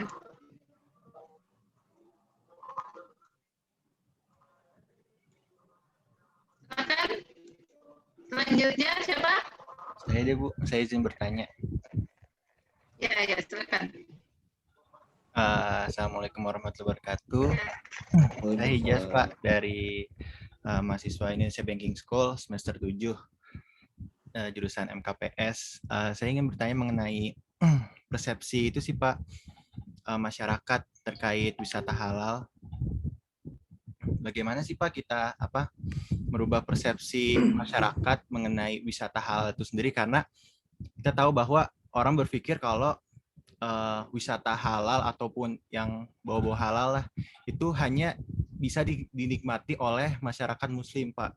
Sedangkan orang dari agama lain tuh kurang paham mengenai halal itu. Bagaimana sih Pak kita mengubah persepsi masyarakat seperti itu Pak? Terima kasih. Iya. Jadi ini bagus ya Mas Hijaz ya panggilannya ya. Ya Pak. Itu. Jadi ini soal persepsi. Jadi yang harus dibangun itu memang persepsi. Nah, ketika kita bicara ekonomi halal, bisnis halal gitu kan, Islamic business, Islamic economic ataupun Islamic tourism atau apa, seakan-akan itu menjadi sempit hanya untuk kalangan tertentu, khususnya umat Muslim gitu kan. Itu juga terjadi misalnya di industri pariwisata. Nah, kita harus bisa menunjukkan tadi, saya sengaja itu memang membuat satu definisi ya, tadi di halaman awal-awal, definisi yang paling mudah, yang bisa ditangkap persepsinya oleh banyak masyarakat. Gitu. Sekarang juga sering, saya sudah masuk ke beberapa hotel syariah misalnya kan, tapi jujur aja, saya juga banyak tidak menerima kepuasan terhadap misalnya pelayanan. Dia menjual pendekatan emosional dengan halalnya, tetapi tidak disertai dengan pelayanan yang baik. Nah, karena itu kita harus menjadikan produk halal, jasa halal, ataupun pariwisata halal ini sebagai beyond bisnis gitu kan. Lebih dari sekedar bisnis biasa gitu kan. Itu misalnya apa? Jadi kalau kita bicara pariwisata halal, semua pelayanannya harus lebih baik daripada pelayanan pada umumnya. Itu. Kedua, harus mengusung nilai-nilai etika tadi. Ketiga, tidak bertentangan dengan syariah.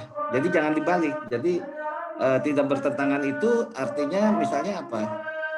Di sana kebutuhan-kebutuhan yang kepentingannya Muslim bisa. Airnya bersih, kamarnya bersih gitu kan. Itu. Jadi kita harus membatasi atau meredefinisi kembali tentang bisnis dan industri atau ekonomi halal termasuk pariwisata halal itu sendiri.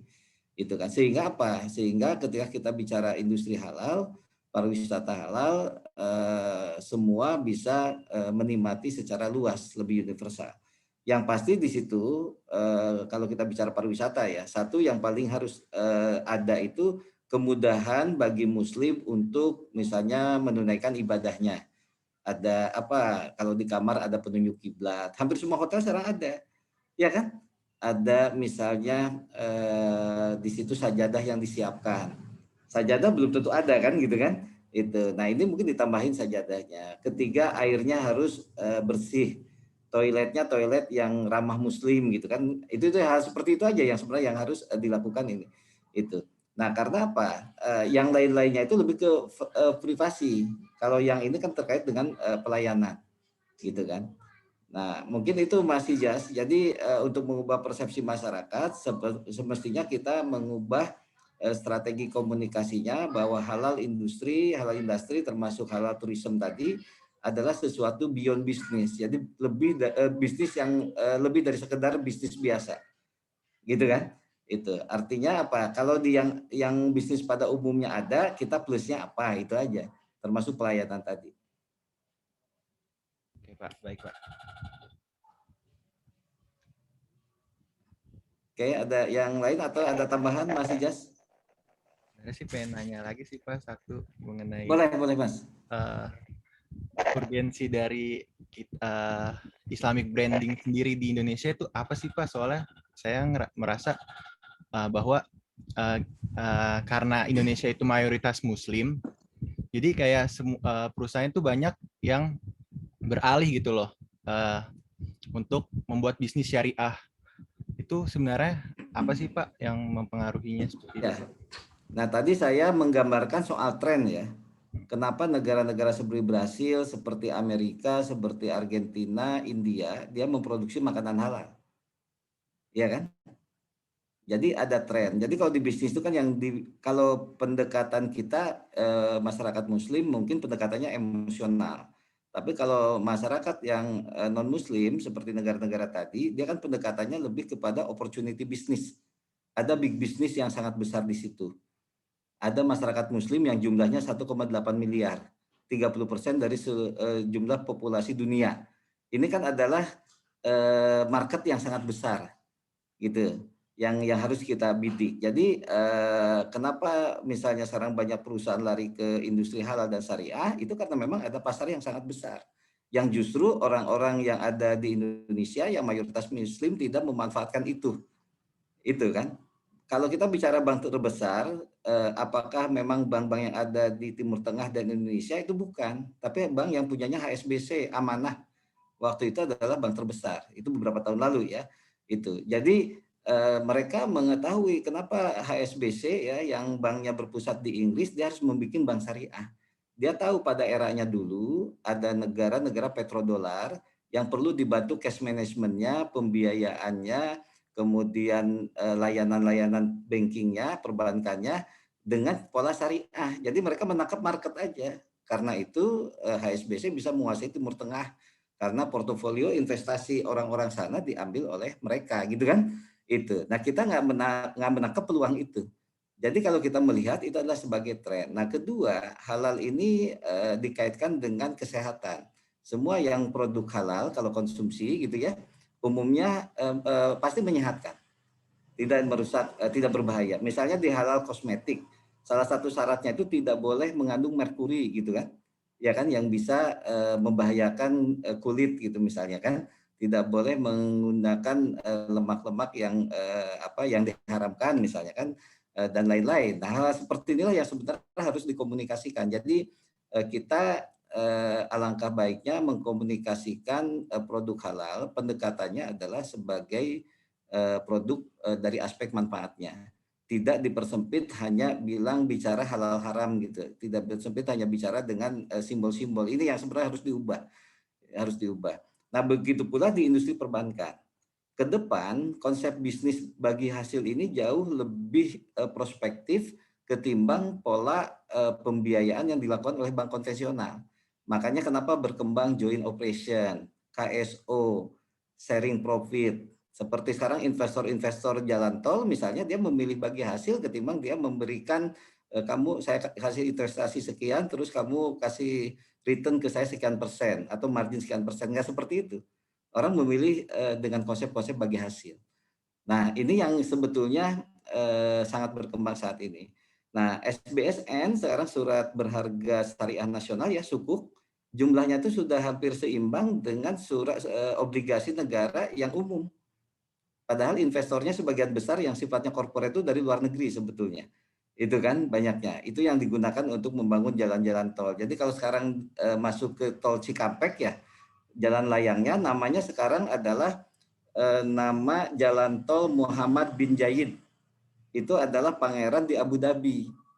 Nah, kenapa pangeran Abu Dhabi dipakai namanya di sana? Karena investornya yang membeli sukuk itu adalah mereka. Dan mereka ingin boleh selama investasi saya di situ saya mengusulkan investasi sekian, tetapi saya punya brand dengan semuanya pola bagi hasil.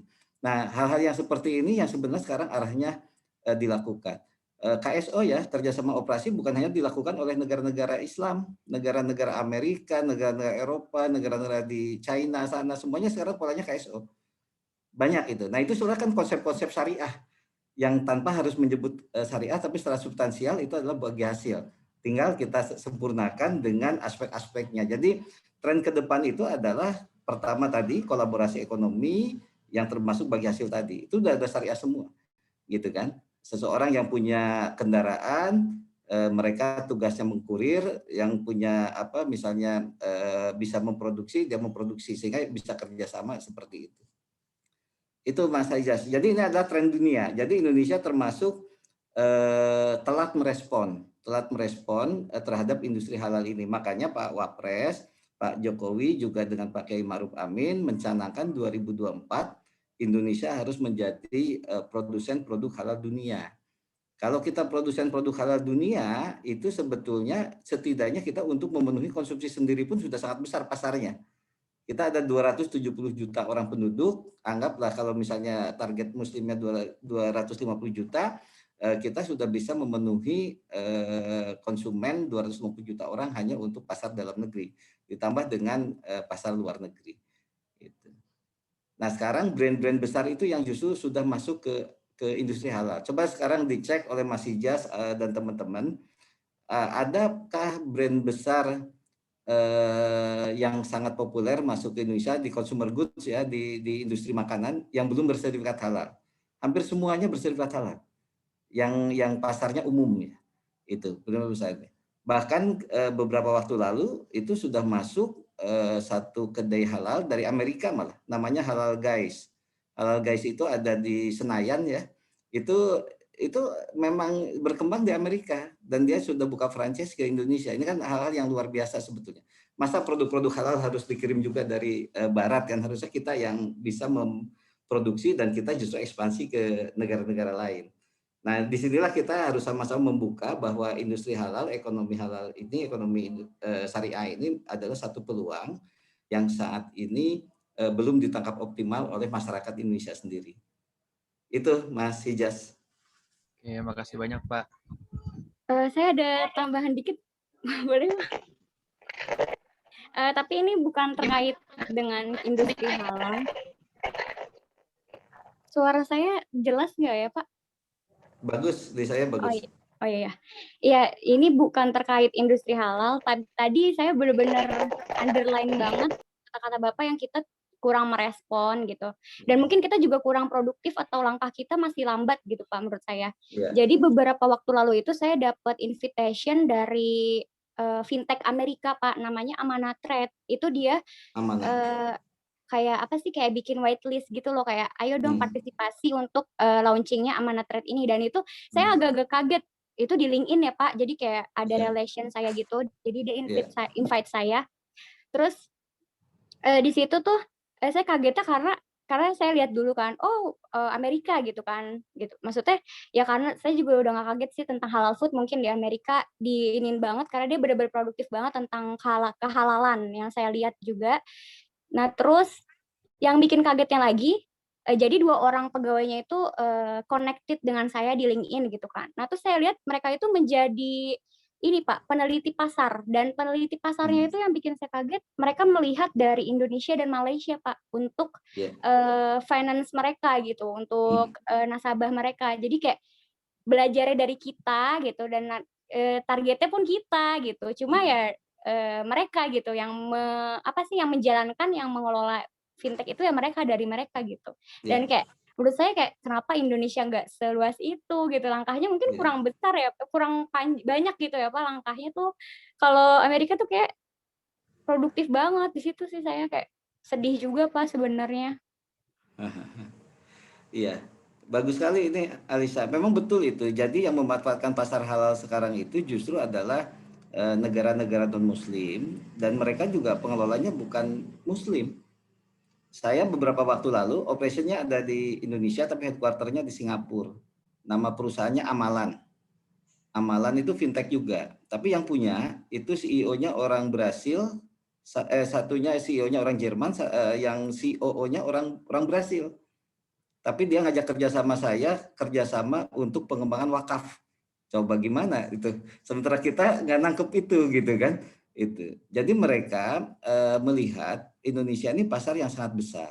Kalau dana-dana wakaf misalnya dihimpun, kemudian oleh mereka dikembangkan investasi di sektor-sektor halal, akan menjadi wakaf produktif, wakaf uang yang produktif, kemudian dibagi hasilkan. Mereka hanya dapat management fee, kemudian hasil dari return investasinya digunakan untuk pemberdayaan sosial. Itu untuk mauquf alaih. Nah, mereka menguasai model bisnis wakaf itu. Jadi saya sudah bicara, bahkan waktu itu sudah ketemu, mereka sudah menyampaikan angka-angkanya yang akan dikembangkan, tapi implementasinya memang yang belum, karena itu nanti ada kaitan terkait dengan aspek regulasi dan lain-lain. Siapa yang boleh mengelola wakaf, siapa yang boleh menggunakan fintech dan lain-lain gitu kan. Nah, hal-hal seperti ini yang sebetulnya tidak ditangkap oleh kita. Sekarang kalau kita lihat ya, peluang-peluang yang banyak ditawarkan, baik itu sifatnya produk halal atau investasi halal, itu dari luar banyak sekali. Di LinkedIn dan banyak, di beberapa platform lain juga banyak sekali. Nah, sementara kita kan tidak. Nah, ini yang harus coba kita kembangkan. Itu. Yang World Halal Tourism Award itu juga prinsipalnya ya, World Halal Tourism Award itu kan di Abu Dhabi. Seperti Indonesia yang menang, yang kamu sebut tadi Alicia, daerah-daerah NTB, Sumbar dan lain-lain. Itu prinsipalnya orang Spanyol. Orang Spanyol. Jadi ini kan luar biasa gitu kan. Gitu. Tapi dia memanfaatkan market di negara-negara Muslim, dan dia buka headquarternya di Muslim gitu, di Abu Dhabi, di mana gitu. Ini hal yang menarik karena mereka melihat ini adalah pasar yang besar gitu kan. Itu. Ya walaupun dibilang tren ya Pak, tapi menurut saya trennya jangka panjang banget ya Pak. Karena big market gitu kan. Iya, jadi yang dia tangkap adalah ada perubahan konsumen saat ini, misalnya melihatnya bahwa orang cenderung sekarang, apalagi di pandemi COVID ya, orang cenderung misalnya lebih memperhatikan aspek kebersihan. Kebersihan itu kan prinsipnya dari Islam yang ada. Nah, mereka tangkap dituangkan dalam bentuk produk. Orang cenderung sekarang memilih makanan-makanan sehat. Makanan sehat itu makanan halal pasti sehat gitu ya. Itu. Nah, itu yang sebetulnya juga mereka tangkap gitu kan. Ketiga, ada big market tadi, ada 30% penduduk muslim di dunia, yang sebenarnya ini adalah market yang sangat besar, dan mereka sangat sensitif dengan isu-isu yang non halal gitu kan, sehingga mereka berusaha nangkep itu. Nah, itu. Jadi jangan kaget kalau misalnya daging-daging yang ada di Australia dijual di Australia pun sudah bersertifikat halal. Itu. Bahkan saya kemarin teringat lagi pas Pangeran Philip meninggal 2 tahun sebelumnya, saya sempat berkunjung ke Windsor itu ya, ke tempat pemakamannya sana, istananya di sana. Ketika keluar dari sana, kita kan nyari makan. Itu berjejer makan dengan logo halal. Tapi yang menjual siapa? Orang-orang Thailand. Kita juga kaget, orang-orang Thailand yang jual di sana. Jadi ada makanan halal. Karena apa? Ternyata banyak orang-orang muslim berkunjung, berwisata ke sana. Jadi mereka melihatnya market. Ini kan luar biasa itu. Makanan Thailand kan dengan makanan kita kan masih mirip-mirip lah rasanya sama ininya gitu ya. Tapi ya yang jual orang mereka.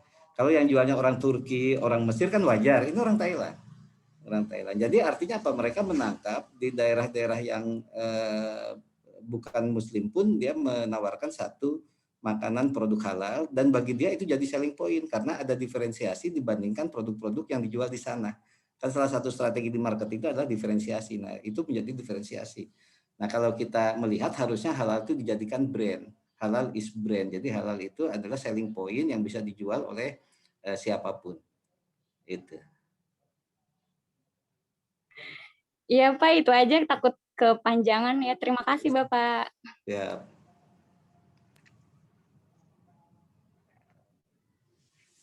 Oke, masih ada yang lain, Mbak Ana? Ya, masih ada yang lain yang mau tanya? Silakan kalau masih ada. Oke. Sepertinya sudah cukup ya. Cukup ya. Oke, mungkin udah. Izin, Bu. Oh, oke, masih ada satu Pak Guntur, boleh ya? Satu Masih ada nih, pertanyaan. Silakan. Izin. Silakan. Mas Hanif. Assalamualaikum warahmatullahi wabarakatuh, Pak Guntur. Saya Hanif dari mahasiswa Prodi MKPS IBS semester 6, ingin bertanya dalam mata kuliah Islamic Branding yang telah diajarkan oleh Ibu Ana, kami telah belajar bahwa dalam sebuah pertemuan ada satu momen bahwa tertulis di buku pengaruhnya antara sebuah perusahaan yang mendapatkan sebuah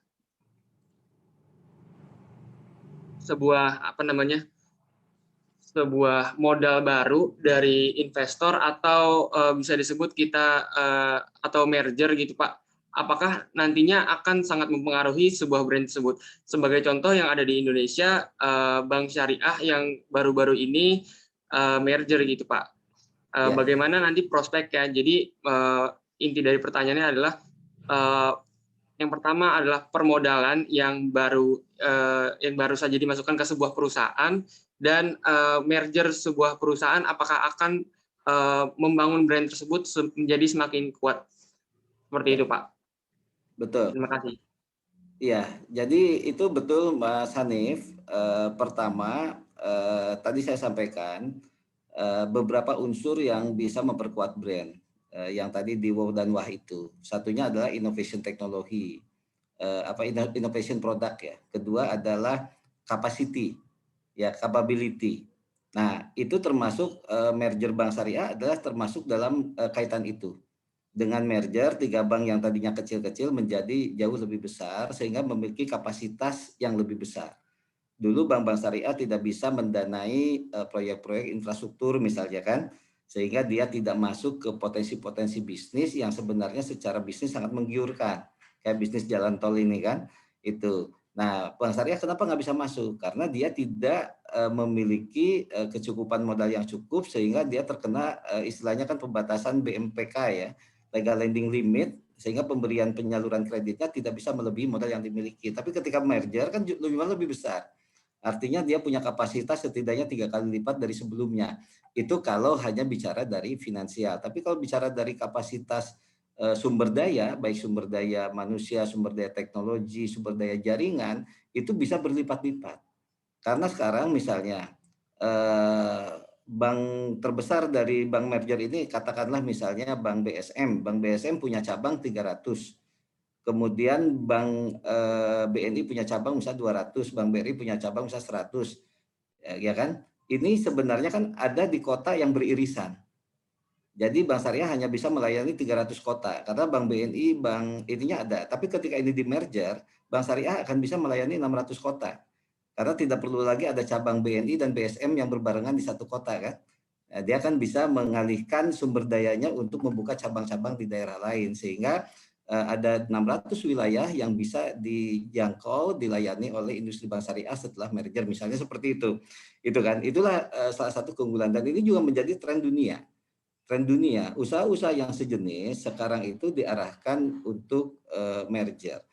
Di sisi operasional jadi lebih murah juga. Yang tadinya punya direksi 15 orang, masing-masing 5 gitu kan. Kan nanti hanya cukup 5 orang.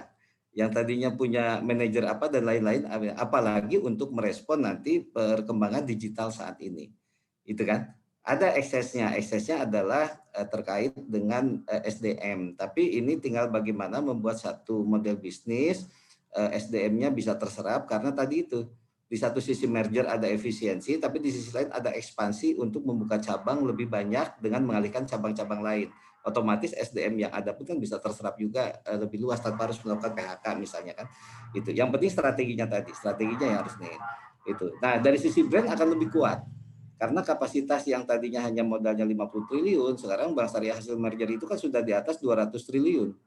Itu kan 200 triliun itu sudah masuk ke 4 besar bank atau 5 besar bank gitu. Kita udah masuk 10 besar. BSI itu udah masuk di 5 besar perbankan di Indonesia setelah merger. Itu kan, itu. Nah, ini nih yang sebetulnya ini. Angkanya harus saya cek, tapi kalau 10 besar masuk karena dia udah di atas 200 triliun ya asetnya. Modalnya udah segitu, udah besar.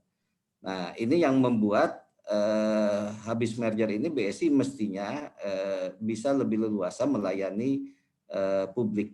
Jadi sekarang ini adalah kita tidak butuh banknya yang banyak, tapi pelayanannya yang luas. Itu, apalagi udah era digital nanti. Kalau udah digital itu semuanya cukup layanan digital. Bahkan banknya cuma satu, nggak ada cabang gitu kan.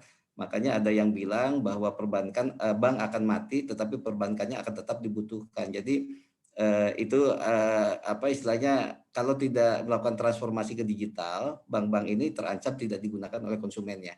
Karena nanti tadi yang saya paparkan perubahan perilaku konsumen selama COVID, konsumen sekarang ingin bertransaksi di bank, tapi dia nggak mau datang ke kantor bank atau ke ATM. Dia bisa transaksi dimanapun kan.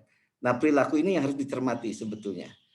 Nah, produk halal, produk ekonomi syariah, produk-produk Islamic business ini harusnya bisa menangkap ini sebagai opportunity yang jauh lebih besar. Ngapain kita buang-buang waktu antri di bank BCA misalnya, harus antri 2 jam hanya untuk menarik uang atau membayar transaksi, toh sekarang sudah bisa mobile gitu kan. Itu. Jadi hal-hal seperti ini yang saya ini adalah perubahan yang harus ditangkap sebagai peluang. Itu Mas Hanif. Ya, baik, terima kasih Pak. Berarti maksudnya sudah ada pembuktiannya dari teori yang kita pelajari gitu Pak. Ya, ada korelasinya tuh, udah betul teorinya. Ya. Terima kasih Pak. Ya, sama-sama. Oke, sudah cukup ya Hanif ya. Yang lain saya kira sudah cukup karena ini kita sudah hampir jam 15 menit lagi, jam 4 ya Pak Guntur, nggak apa-apa ya melewati waktunya sedikit. Siap, nggak apa-apa, silakan kalau masih ada pertanyaan.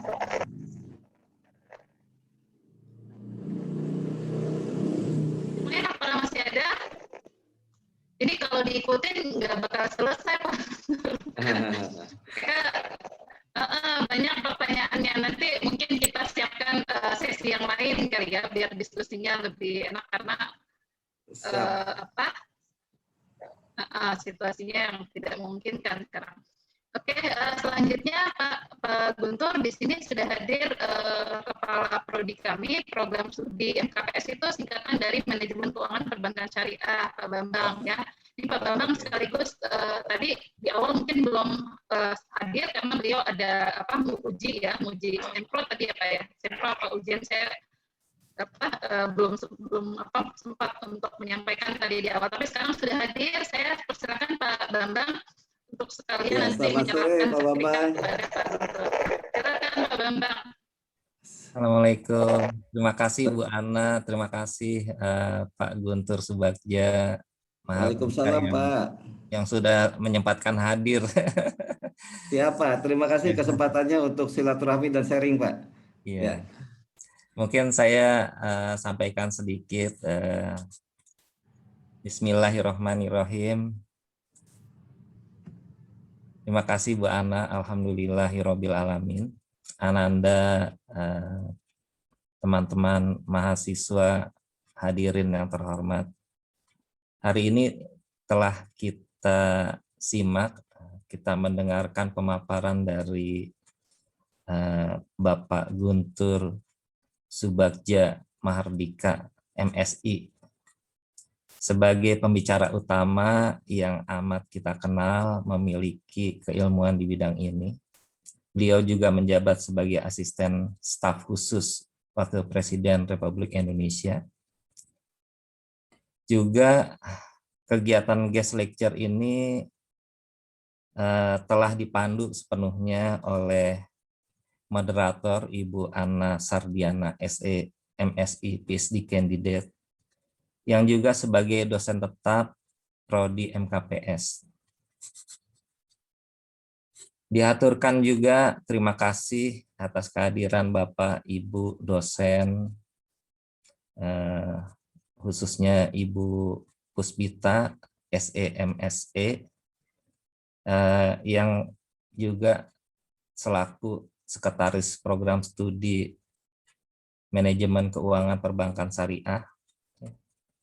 Juga terima kasih atas perannya IAEI, CSPS, Himas Syariah, dan juga kepada Ananda yang sempat bertanya tadi, Alisah Permatasari, Muhammad Hijaz, dan Muhammad Hanif, ya, Hanif Ramdhani, yang juga udah berkolaborasi.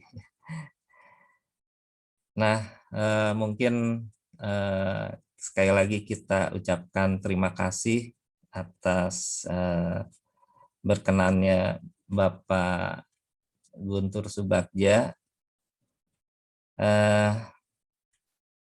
Bila ada hal-hal yang dirasakan kurang berkenan dalam penyelenggaraan pelaksanaan guest lecture ini, kami mohon dibukakan pintu maaf.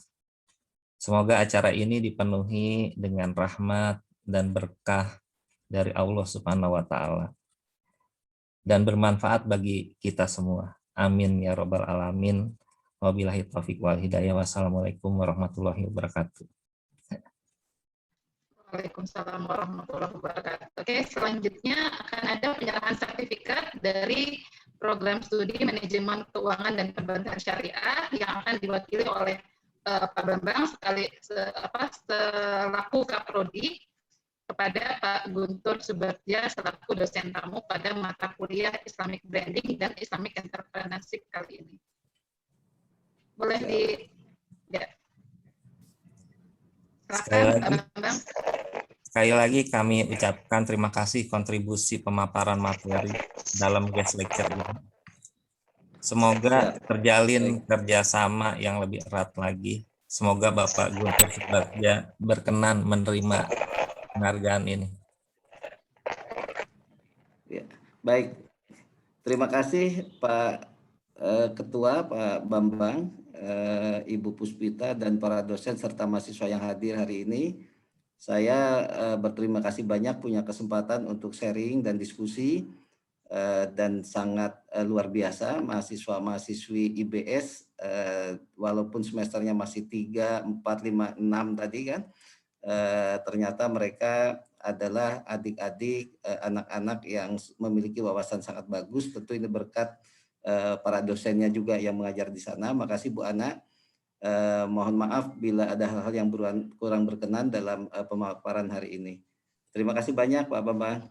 Hatur nuhun.